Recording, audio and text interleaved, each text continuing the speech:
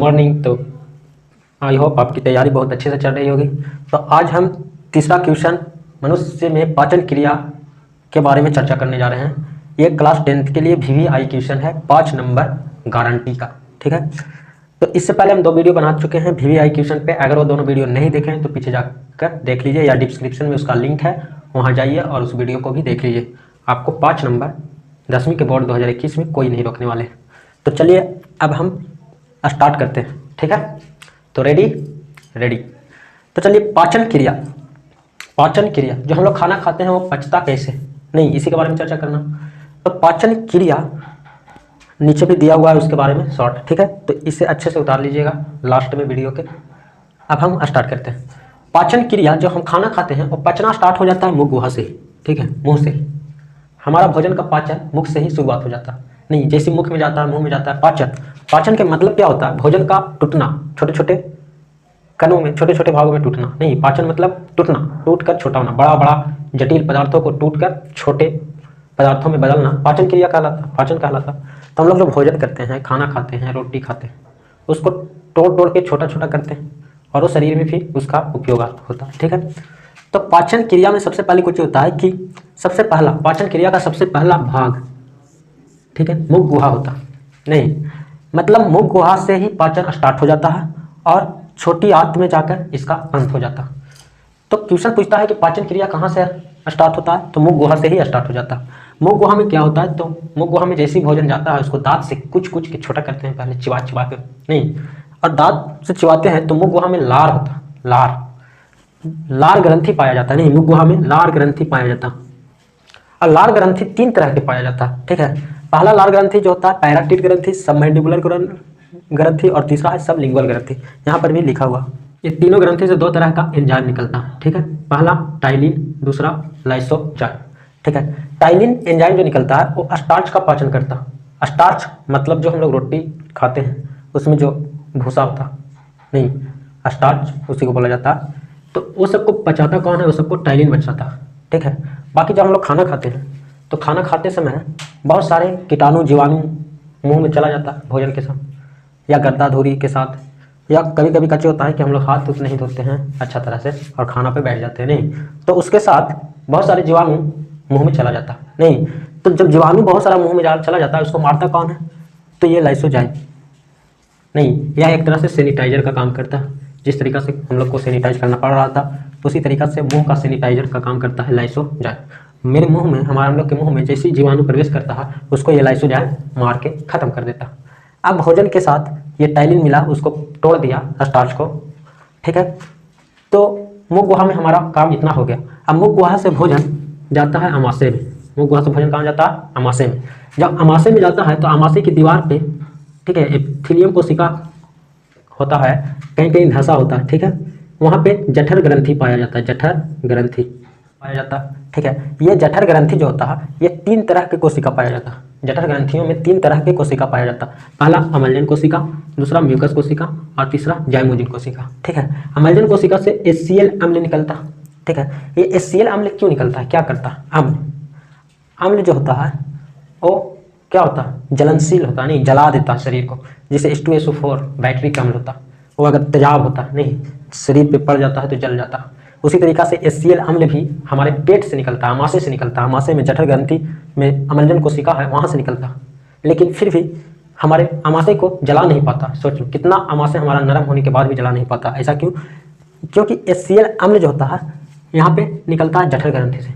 ठीक है, और जठर ग्रंथि के पास ही म्यूकस कोशिका होता है, म्यूकस कोशिका।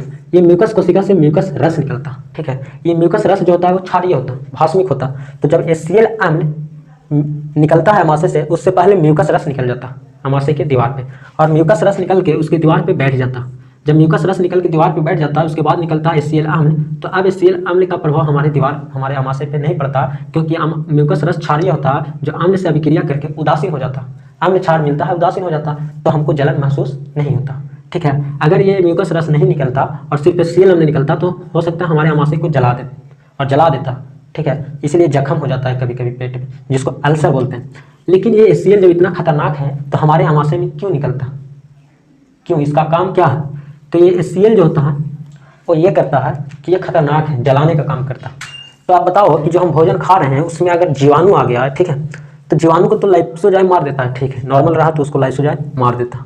लेकिन अगर खतरनाक जीवाणु प्रवेश कर गया, बहुत खतरनाक, ठीक है, जिसको लाइसोजाइम मार नहीं पाता, तो उसको कौन मारता?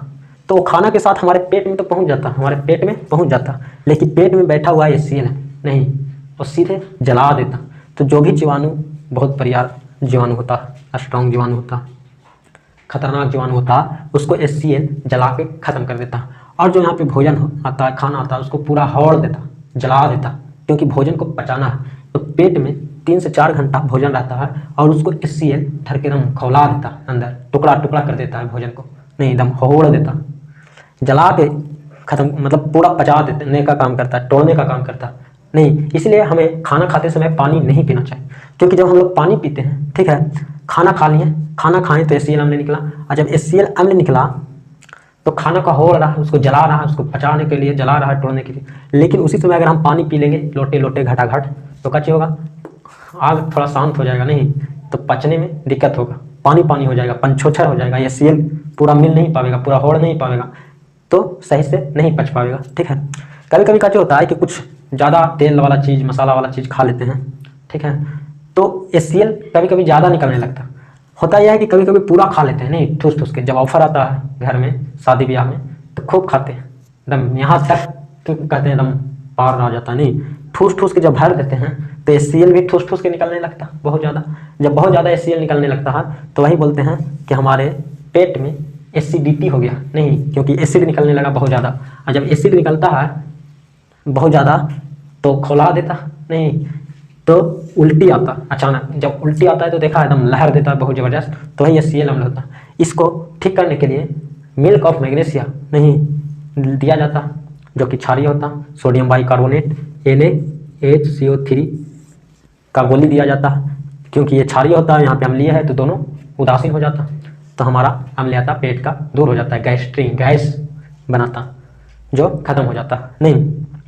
तो HCl का काम क्या चीज़ है? HCl का काम है कि खाना को पूरा तोड़ना और जो जीवाणु वाणु है उसको भी मारना, ठीक है।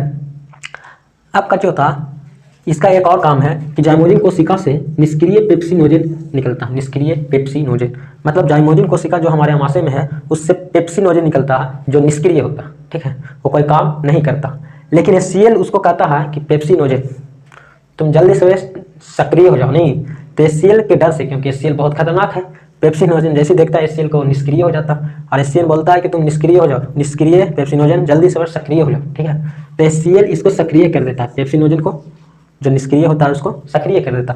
जब ये सक्रिय हो जाता है तो इसका नाम हो जाता है सक्रिय पेप्सिन, मतलब HCl निष्क्रिय पेप्सिनोजेन को सक्रिय पेप्सिन में बदल देता।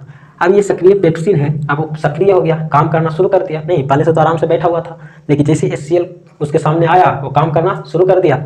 अब काम करना शुरू किया तो किसको, भोजन में जो प्रोटीन है उसी पर काम करेगा, तो भोजन में जो प्रोटीन है उसको पेप्टोन में बदल देता, भोजन में जो प्रोटीन है उसको पेप्टोन में बदल देता है, कौन, सक्रिय पेप्सिन। पहले से ये था निष्क्रिय, जब इस पर HCl अम्ल गया तो इसे सक्रिय पेप्सिन में बदल दिया, जो प्रोटीन को पेप्टोन में बदल दिया। क्वेश्चन 2 नंबर में बहुत ही अच्छे से पूछता है कि हमारे पेट में अम्ल की क्या भूमिका, या HCl अम्ल की कार्य बताएं। तो HCl अम्ल का कार्य है कि ये रोगाणु और जीवाणु जो आता है खाना के साथ उसको मारता, खाना को पचाने में पूरा हेल्प करता है, होड़ देता नहीं। उसके बाद ये जाइमोजिन कोशिका से निकले निष्क्रिय पेप्सिनोजेन को सक्रिय पेप्सिन में बदलता, जो भोजन में प्रोटीन को पेप्टोन में बदल देता, भोजन के प्रोटीन को पेप्टोन में बदल देता, ठीक है। तो ये आप लिख लीजिए। उसके बाद अमाशय के बाद हमारे अग्नाशय मिलता, नहीं अग्नाशय, अग्नाशय क्या है, तो यह हल्के पीले रंग का ग्रंथि होता, इससे अग्नाशय रस निकलता, इससे अग्नाशय रस निकलता। अग्नाशय रस जो होता है वो 3 तरह के निकलता, नहीं, पहला ट्रिप्सिन और दूसरा एमाइलेन, तीसरा लाइपेन, मतलब TAL टॉल, नहीं टॉल, ट्रिप्सिन एमाइलेन लाइपेन, ठीक है। तो ट्रिप्सिन जो है ये भी अग्नाशय रस है, ये जो होता पेप्टोन से पेप्टाइड, पेप्टोन जो यहाँ पे भोजन से आए प्रोटीन को सक्रिय पेप्सिन पेप्टोन में बदला था, उस पेप्टोन को पेप्टाइड में बदल दिया ट्रिप्सिन, ठीक है। तो ट्रिप्सिन का काम है पेप्टोन को पेप्टाइड में बदलना। उसके बाद एमाइलेज, जो एमाइलेज निकलता है अग्नाशय रस से, वो स्टार्च का पाचन करता, ठीक है, जो स्टार्च का पाचन यहाँ पे टाइलिन कर नहीं पाता है उसका पाचन एमाइलेज यहाँ पे करता, ठीक है। उसके बाद लाइपेज वसा का पाचन करता, लाइपेज वसा का पाचन करता है। वसा मतलब तेल वाला चीज़ जो भी होता नहीं। वसा देखो अगर नहीं पचता है ना तो वसा जाके शरीर में जमा होते जाता, ठीक है। मतलब जिसमें लाइपेज की कमी है तो उसमें वसा का पाचन नहीं होगा, वसा जाके जमा होते जाएगा और उसका शरीर मोटा हो जाता, ठीक है। किसी किसी को देखा होगा इतना मोटा हो गया कि उसको पार होने के लिए चौखट के बाहर ही खड़ना पड़ता तब वो अंदर जाता नहीं, या उसके लिए एक अलग गेट बनवाया जाता। मोटा एकदम हो गया पूरा, लग रहा है जैसे जेसीबी की मशीन आ रहा नहीं। तो उतना ज़्यादा मोटा होने के कारण बहुत खतरनाक है नहीं, जिस जो ज़्यादा मोटा होता है उसको हार्ट अटैक की ज़्यादा चांस रहता है, ठीक है। तो लाइपेज का करता है, वसा का पाचन करता है, वही वसा का तोड़ता, ठीक है। उसके बाद है यकृत, नहीं यकृत हमारा सबसे बड़ी ग्रंथि होती है नहीं। इसमें पीत बनता, पीत जो हरा रंग का होता है, क्षारीय तरफ होता है, क्षारीय होता है, पीत लगता नहीं। मीट मछली में जो हरा रंग का पीत निकलता है थोड़ा सा नहीं, अगर उसको हम बाहर नहीं निकालेंगे तो पूरा मीट को खराब कर देता नहीं, मतलब पीत कर देता। तो वही पीत जो होता है क्षारीय होता। अभी पिताशय में जाके जमा होता है, बनता यकृत में है लेकिन जाके जमा होता है पिताशय में, और यहाँ से धीरे धीरे अपना जब जरूरी पड़ता है तो यह आमाशय में उसको भेजते रहता। अब ये पिताशय से जो पीत है, ये जो अम्लीय भोजन है, यहाँ भोजन आया इसको अम्लीय बना दिया, इसको ये क्षारीय करता, इसको ये क्षारीय करता, क्योंकि ये अग्नाशय रस इस पर तभी काम करता है जब ये भोजन क्षारीय होता। तो इस भोजन को क्षारीय करने के लिए इससे पीत निकलता है और पूरा भोजन को क्षारीय कर देता है। जब भोजन क्षारीय हो जाता है तो अग्नाशय से अग्नाशय रस निकलता है और इस भोजन को पाचन करने में मदद करता है, ठीक है। अब यहाँ से ये छोटी आंत में पहुँचता, छोटी आंत में पहुँचता, भोजन का पूर्ण पाचन हो जाता है छोटी आंत में, ठीक है। छोटी आंत से आंत रस निकलता, आंत रस जो 6 प्रकार के रस निकलता, जो यहाँ पे आपको दिखाई दे रहा नहीं, ये आंत रस है 6 प्रकार का जो हमारे छोटी आंत में निकलता और भोजन का यहाँ पूर्ण पाचन हो जाता। आंत रस में ये आंत रस जो यहाँ पे लिखा हुआ है आप लिख लें इसे, कच कच होता है पहला पेप्टाइड्स प्लस पेप्टोन जो एमिनो अमीन यहाँ पे दिया हुआ है 6 को, आप इसे ध्यान से देखें। ये आंत रस वीडियो अच्छा लगा होगा तो आप इसे सब्सक्राइब और अपने दोस्तों के पास शेयर जरूर करें और उन्हें भी 5 नंबर लाने में मदद करें, ठीक है। तो इसका स्क्रीनशॉट ले लें। बाय।